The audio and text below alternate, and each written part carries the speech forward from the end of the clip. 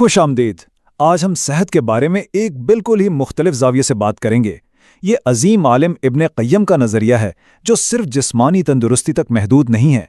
ये दिल और जिस्म के दरमियान एक ऐसे गहरे ताल्लुक़ को सामने लाता है जिस पर हमने शायद कभी गौर ना किया हो। तो आइए इस दिलचस्प मौजू की गहराई में उतरते हैं। अच्छा, तो आइए शुरू करते हैं। जब हम बीमारी का लफ्ज़ सुनते हैं तो फ़ौरन जहन में क्या आता है? बुखार, दर्द या कोई जिस्मानी तकलीफ, यही सब कुछ है ना? लेकिन क्या बीमारी सिर्फ यही होती है? क्या ऐसा भी मुमकिन है कि कोई बीमारी नज़र ना आए लेकिन वो जिस्मानी बीमारी से कहीं ज़्यादा खतरनाक हो? देखिए, इब्ने क़य्यम का नज़रिया यहीं से वाकई दिलचस्प हो जाता है। वो बीमारियों को दो बिल्कुल अलग किस्मों में बांटते हैं।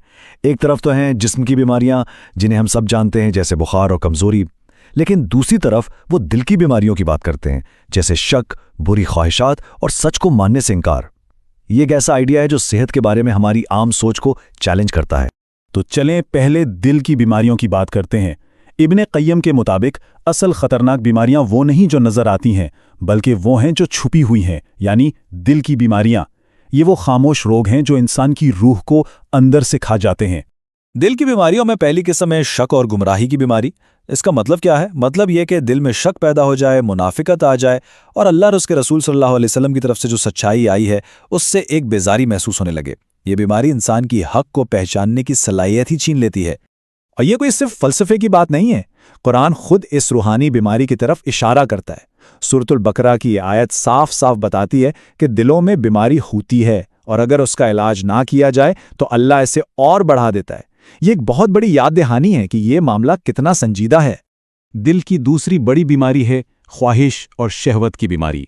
ये वो बीमारी है जो इंसान को गलत कामों, गुनाहों और दुनिया की ख्वाहिशात का गुलाम बना देती है। इससे दिल गुनाहों का आदी हो जाता है और इंसान अपने नफ्स पर कंट्रोल खो देता है। और इसका जिक्र भी कुरान में मिलता है। सूरतुल अहज़ाब की ये आयत हमें बताती है कि जिसके दिल में ये बीमारी हो वो किस तरह बुरी ख्वाहिशात और लालच का शिकार हो सकता है। ये आयत बिल्कुल साफ बता रही है कि हमारे आमाल का ताल्लुक सीधा सीधा हमारे दिल की सेहत से है। अच्छा, तो अभी तक हमने बात की रूहानी बीमारियों की।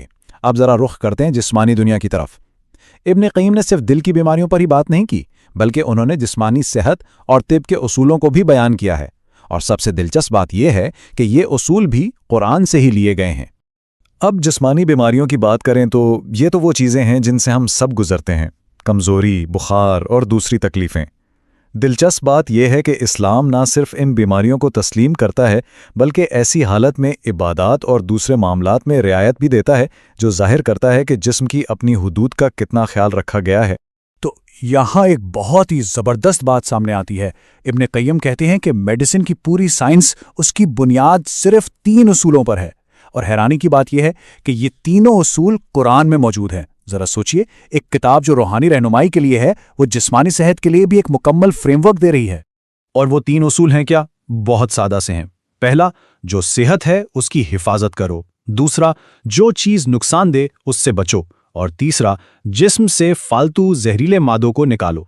बस यही 3 उसूल हैं। अगर सिर्फ इन पर अमल कर लिया जाए तो न जाने कितनी बीमारियों से बचा जा सकता है।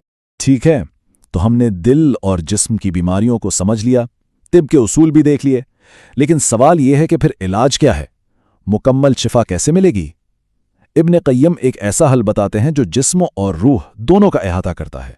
याद है वो तीसरा उसूल था, जिस्म से फासिद मादों को निकालना? इब्ने क़य्यम उसी की तफसील बताते हुए इन 10 चीज़ों का जिक्र करते हैं।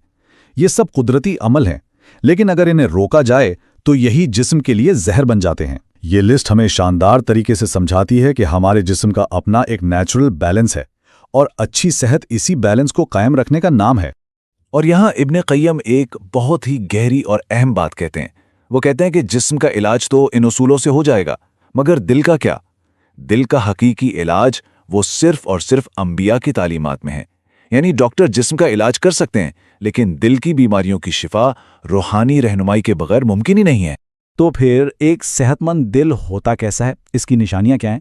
इब्ने क़य्यम के मुताबिक ये वो दिल है जो अपने रब को पहचानता है, अपनी ख्वाहिशों पर अल्लाह की खुशी को आगे रखता है, गुनाहों से दूर रहता है और नबी अकरम सल्लल्लाहु अलैहि वसल्लम के रास्ते पर चलता है। यही असल में रूहानी सेहत का सबसे ऊंचा मकाम है। तो आइए अब इन सारी बातों को जोड़कर देखते हैं कि सेहत का असल मतलब क्या बनता है। یہ صرف بیماری کا نہ ہونا نہیں ہے، بلکہ یہ دل اور جسم کا وہ توازن ہے جو اللہ کے بتائے ہوئے راستے پر چلنے سے ملتا ہے۔ ابن قیم اپنی بات ایک ایسے جملے پر ختم کرتے ہیں جو انسان کو جھنجھوڑ کر رکھ دیتا ہے۔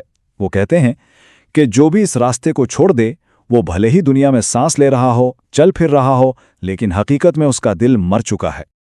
اور یہ بات ہمیں ایک آخری سوال پر لا کھڑا کرتی ہے، تو پھر حقیقی زندگی آخر ہے کیا؟